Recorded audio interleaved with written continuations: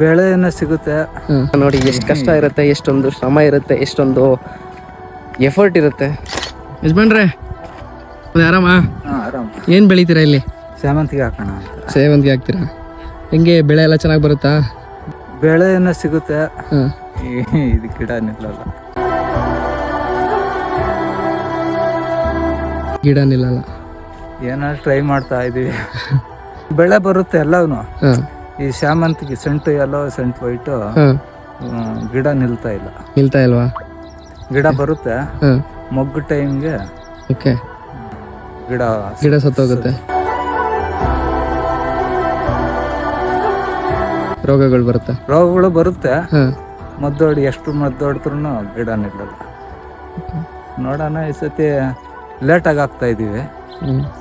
ಇಷ್ಟೊತ್ತಿಗೆ 2 ತಿಂಗಳು ಆಗ್ಬೇಕಾಗಿತ್ತು. ಓಕೆ. ಬರುತ್ತೆ ಮೊಗ್ಗು ಟೈಮ್ಗೆ ಕೈ ಆ ಮರದ ಹತ್ರ ಹಾಕವ್ರೆ ಗಿಡ ಎಲ್ಲ ಹೋಗ್ತಾ ಇದೆ. ದುಡ್ದಿದ್ದು ನಮ್ಮ ಲಾಸು ನಮ್ದೆ. ಯಾರು ಇಲ್ಲ ನಿಂತ್ಕೊಂಡು ಮಾತನಾಡೋ ಅಂತವ್ರು ಯಾರು. ಸರಿ ಯಜಮಾನ್ರೆ, ಕಂಟಿನ್ಯೂ ಮಾಡಿ. Thank you. ಇದು ಚಿಕ್ಕಬಳ್ಳಾಪುರದಲ್ಲಿರೋ ರೈತರ ಕಷ್ಟ. ಅವರು ಬೆಳೀತಾರೆ, ಬೆಳೆಗೆ ತಕ್ಕನಾಗಿ ಬೆಲೆ ಸಿಗಲ್ಲ.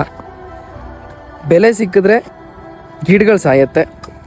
ರೈತರು ಅಂದರೆ ಯಾವಾಗಲೂ ಇದೇ ಕಷ್ಟನೇ. ರೈತ ಅಂದರೆ ಎಷ್ಟು ಕಷ್ಟ ಇರುತ್ತೆ, ಎಷ್ಟೊಂದು ಶ್ರಮ ಇರುತ್ತೆ, ಎಷ್ಟೊಂದು ಎಫರ್ಟ್ ಇರುತ್ತೆ. ಬೆಳೆ ಅಂತಂದಿದ ತಕ್ಷಣ ನಿಮ್ಮ ಪ್ರಕಾರ ಈಸಿ ಅಂತ ಅಂದ್ಕೊಬೋದು ಸಿಟಿಲಿರೋ ಜನ. ಬಟ್ ಅವ್ರ ಗೋಳು, ಅವರ ನೋವು ಅವ್ರಿಗೆ ಗೊತ್ತಿರುತ್ತೆ.